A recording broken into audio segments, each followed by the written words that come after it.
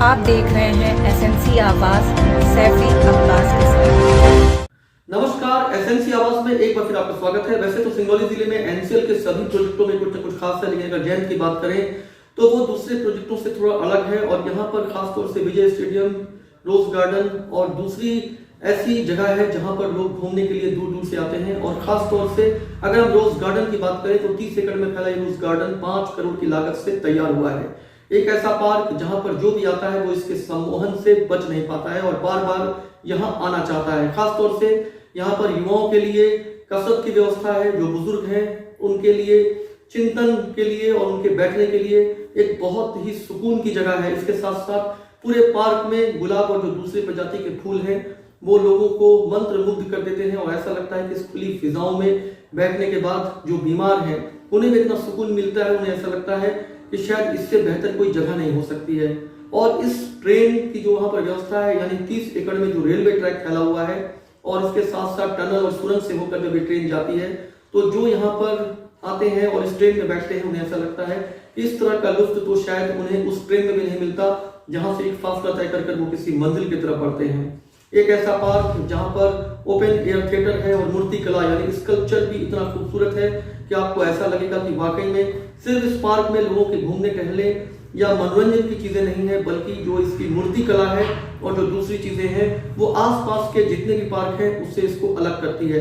तो रोज गार्डन में और क्या खास है, हम इस वक्त खासतौर से जब उसका रेनोवेट हुआ है तो ऐसा लगा कि एक बार रोज गार्डन में आपको फिर लेकर जाएं और देखें कि वहां का जो नजारा है और ऐसा क्या अलग कुछ हो गया है। इसकी वजह से इस रोज गार्डन में पिकनिक मनाने के लिए लोग बार बार आते हैं और एक ऐसी जगह जहां पर विचलित मन भी आकर बिल्कुल शांत हो जाता है और एक ऐसा सम्मोहन जहां पर लोग बार बार आना चाहते हैं।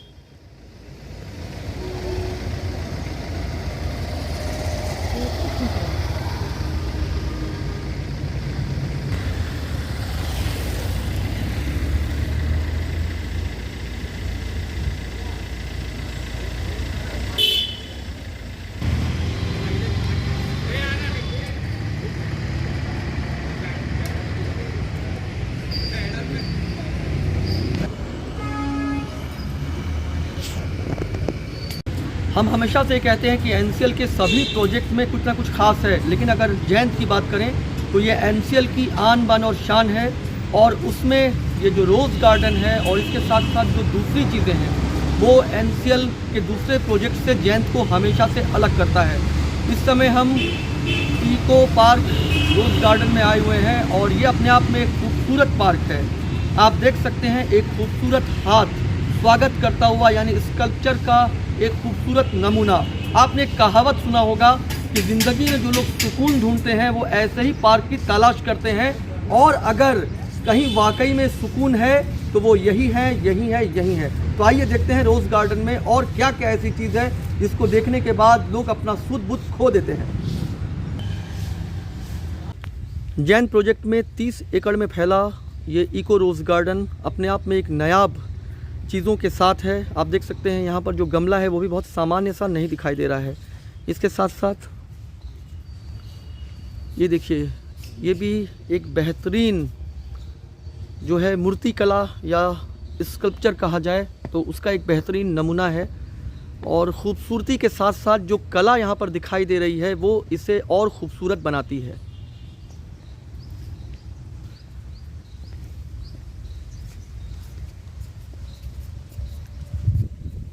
ये खूबसूरत रेलवे ट्रैक, यहाँ आने के बाद ऐसा लगता है जैसे वाकई में हम ट्रेन के एक लंबे सफ़र में निकले हैं। और वैसे भी 30 एकड़ का ये पार्क जो रेलगाड़ी है उसके लुत्फ़ को बढ़ा देता है।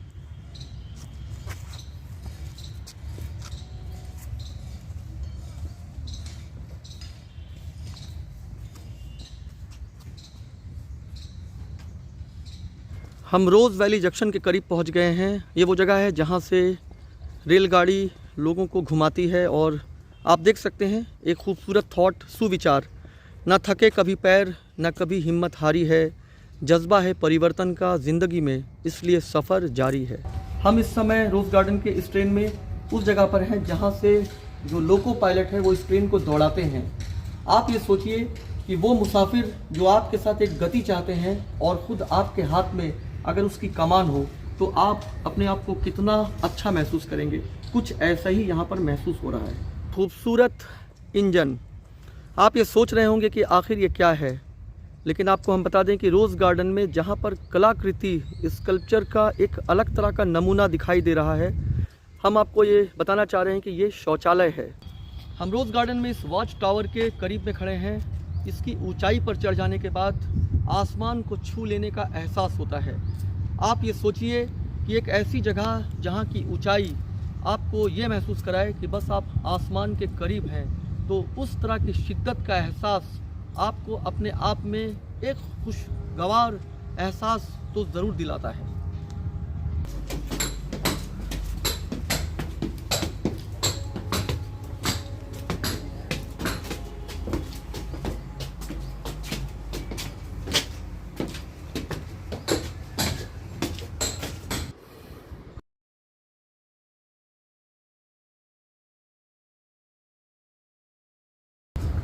वॉच टावर की ऊंचाई से पूरा का पूरा रोज़ गार्डन का हर एक कोना दिखाई देता है और ऐसा लग रहा है जैसे हम ऊंचाई पर रहकर अपने आसपास के उन चीज़ों को देख पा रहे हैं जिन्हें हम एक साथ नहीं देख पाते हैं। तो आप देख सक रहे हैं रोज़ गार्डन का ये खूबसूरत नज़ारा ऊंचाई से और भी बेहतर दिख रहा है।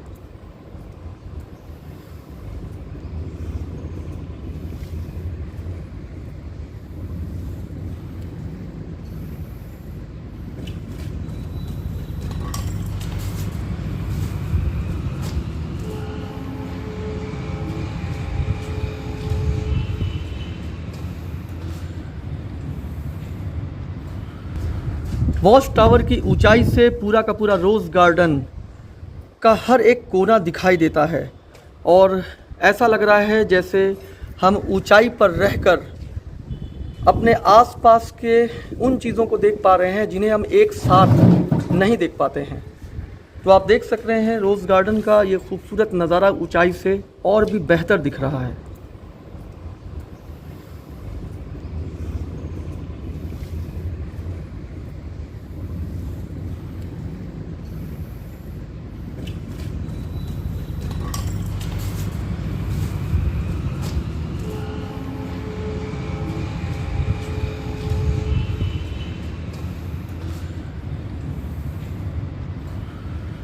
चारों तरफ हरियाली। वाकई में ये इको पार्क अपने आप में एक बहुत खूबसूरत नज़ारा तो दिखाता ही है।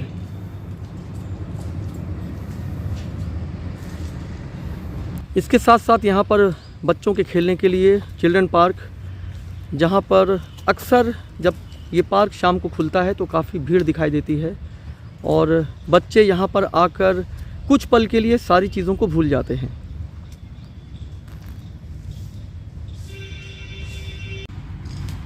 आपस में संतुलन कैसे बनाया जाता है, ये बच्चों को बहुत छोटी उम्र से ही सिखाया जाता है। आप देख सकते हैं यहाँ पर अगर एक तरफ थोड़ा सा वज़न हो तो दूसरी तरफ का जो सीटिंग व्यवस्था है वो उठ जाती है। ये अलग बात है कि बचपन से इन चीज़ों को देखते हुए कि हमें आपसी किस तरह का संतुलन बना के रखना है। एक उम्र के बाद जब बहुत सारी चीज़ें अपनापन और खुदगर्जी हावी होने लगती है तो लोग अक्सर उस संतुलन को भूल जाते हैं। लेकिन यहाँ पर भी ये चीज़ें देखकर एक बहुत बड़ी याद तो दिलाता ही है कि खेल खेल में भी लोगों को ये सिखाया जाता है कि उन्हें अपने साथ के लोगों के साथ कैसे संतुलन बनाना चाहिए। सिंगरौली ज़िला जहाँ पर NCL की कोल खदानें और NTPC के लिए जानी जाती है, वहीं पर यहाँ पर जो जंगल का क्षेत्र है और जो पहाड़ है उसके लिए भी इस क्षेत्र को जाना जाता है। और रोज़ गार्डन में ये जो पहाड़ जैसी ऊंचाई दिखाई दे रही है, कहीं ना कहीं ये उन जंगलों के बीच में जो पहाड़ है उसको ये दर्शा रही है। रोज़ गार्डन किस हद तक इको फ्रेंडली है, देखिए हम आपको दिखा रहे हैं। ये है इंसुलेटर।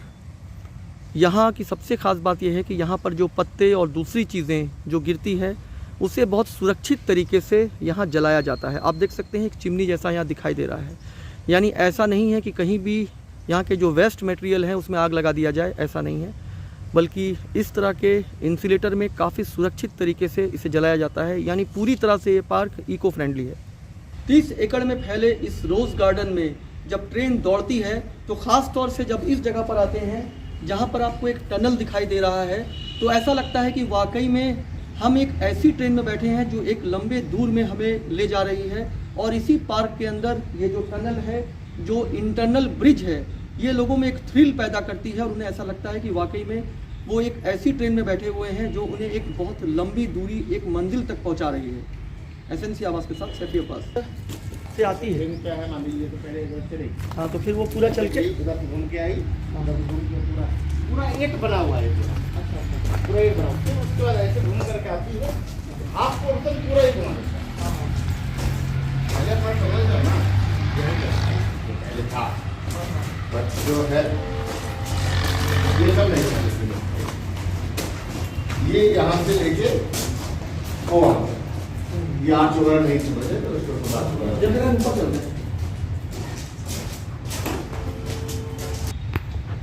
हमेशा से ही ऐसा लगता था कि आम के बड़े पेड़ के पास किस तरह से पहुंच जाएं बिना उस पर चढ़े हुए। आप देख सकते हैं ऊंचाई पर चढ़कर कितनी आसानी से फल तोड़ा जा सकता है। यानी ये अपने आप में बहुत रोमांच पैदा करेगा जब वाकई में इसमें फल दिखाई देंगे और आप इस ऊंचाई पर आकर ऐसे आम तोड़ लेंगे। यानी चारों तरफ खूबसूरत गुलाब का पौधा, और जिस तरीके से यहाँ पर गुलाब दिखाई दे रहा है, इसकी वजह से इस पार्क को रोज़ गार्डन यानी गुलाब पार्क भी कहते हैं। यहाँ पर लोग फोटोग्राफी करने के लिए आते हैं और ख़ास तौर से इस पार्क में घूमने के बाद लोगों को ऐसा लगता है कि वो गुलाब के बीच में कुछ वक्त गुजारना चाह रहे हैं, तो वो यहाँ पर आते हैं। और ये जगह इतनी खूबसूरत है कि इसको देखते देखते लोगों को ऐसा लगता है कि वाकई में जयंत का ये रोज़ गार्डन इसको बाकी जगह से बिल्कुल अलग करता है।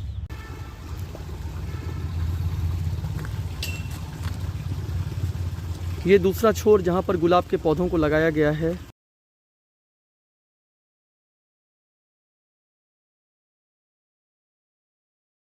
मन की शांति में भटकते हुए लोग भी यहाँ पर आते हैं, और इसके साथ साथ यहाँ पर बुद्धा जी, बरगद का पेड़, और जिस तरह का एक माहौल है वो बिल्कुल आपको सुकून का एक एहसास कराता है। खूबसूरत संदेश के आप समझ पा रहे हैं। यहाँ पर कटा हुआ पेड़ आपको दिखाई दे रहा है और ठीक पृथ्वी माँ एक बच्चे को अपने सीने से लगाए हुए है। इस धरा पर जितने भी जीव जंतु हैं वो सब पृथ्वी माँ के बच्चे हैं। लेकिन जिस तरीके से पेड़ों को लगातार लापरवाहियों से काटा जा रहा है और वे जो विनाश आगे हो सकता है, उसके बाद पृथ्वी माँ एक चेतावनी दे रही है और ये भी कह रही है कि इससे बचें और उसे अपने बच्चे प्यारे हैं, वो किसी भी स्थिति में उनका विनाश नहीं चाहती है। इसीलिए वो उन्हें सीने से लगाकर ये संदेश दे रही है कि अब भी वक्त है, आप संभल सकते हैं। और जो अंधाधुंध पेड़ों की कटाई हो रही है, जो विनाश हो रहा है, जो पर्यावरण का संतुलन खराब किया जा रहा है, उसे किसी भी तरह से ठीक किया जाए। एक ऐसी जगह जहां पर सिर्फ आप घूमकर लौट जाएं, तो उस पार्क को बनाने वाले और उसको एक बेहतरीन व्यवस्था से जोड़ने वालों का मकसद कभी पूरा नहीं हो सकता। आप देख रहे होंगे यहाँ पर पानी इस तरीके से मुंह के द्वारा छोड़ा जा रहा है। आप उतना ही उपयोग करिए, उतना ही पानी पीजिए जितना ज़रूरी है, उतने ही पानी का उपयोग करिए जितना ज़रूरी है, और बाकी बचा हुआ पानी धरा को वापस लौटाइए, ताकि ये जो चेन है, ये जो संतुलन है, ये हमेशा बरकरार रहे। लोग जिस तरीके से पानी का दुरुपयोग कर रहे हैं, ऐसी बहुत सारी जगह है जहाँ पर पानी के लिए लड़ाइयाँ और जंग होता है। आप देख सकते हैं ये मुंह से पानी वापस धरा को, पृथ्वी को, ज़मीन को वापस लौटा रही है। ये अपने आप में एक बहुत खूबसूरत संदेश है। रोज़ गार्डन में ये एक छोटा सा भूल भुलैया भी है, लेकिन अब इसे थोड़ा सा खोल दिया गया है। तो मैं खास तौर से जो भूल भुलैया है, इसको थोड़ा सा इसमें बदलाव किया गया है। ये अंदर आने के बाद आपको भूल भुलैया जैसा तो लगेगा, लेकिन यहाँ से उन 4 लोगों की नज़रें भी यहाँ रहेगी कि अंदर जाने वाले बाहर कितने देर में लौट रहे हैं, और जो अंदर हैं वो वाकई में सुरक्षित होकर लौट रहे हैं कि नहीं। तो भूल भुलैया ज़रूर है, लेकिन सुरक्षा की दृष्टि से इसके जो दूसरे रास्ते थे उनको थोड़ा सा बदला गया है। रोज़ गार्डन के उस भाग में हम आए हुए हैं जहाँ पर ये भूल भुलैया आपके सामने है। यहाँ आकर आपको एक अलग तरह का एहसास होगा। आप देख सकते हैं हर द्वार दूसरे द्वार को जोड़ती है, और कई द्वार हैं। ज़िंदगी के मुश्किलों में एक द्वार से जाने के बाद कई द्वार खुलते हैं। बस आपका धैर्य, सब्र और ख़ुद आपका आत्मविश्वास अगर आपको बेहतर रहने की हिदायत देता है, बेहतर रहने के विश्वास के साथ अगर आप कुछ बेहतर करते हो तो रास्तों की कमी नहीं है। ये भूल भुलैया भी इसी तरह का संदेश देती है। भूल भुलैया एक भटकाव हो सकता है, लेकिन वहाँ से निकलने के बाद आपको ऐसा लगेगा कि आप भी उस नेतृत्व क्षमता का हिस्सा हैं, जहाँ पर भटकाव कितना भी हो, भूल भुलैया जैसी स्थिति कितनी भी हो, लेकिन आप बाहर निकलकर एक बार फिर रफ्तार भरी ज़िंदगी में शामिल हो सकते हैं।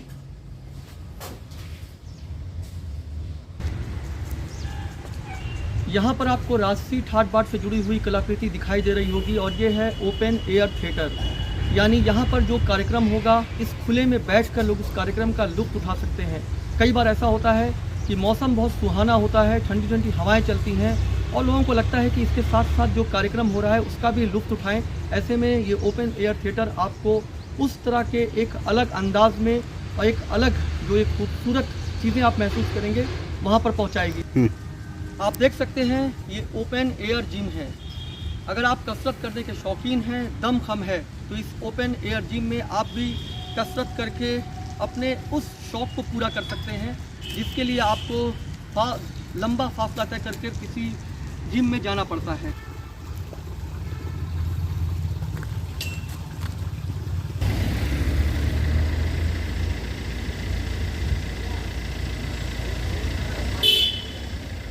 एसएनसी आवाज़ के साथ सैफी अब्बास।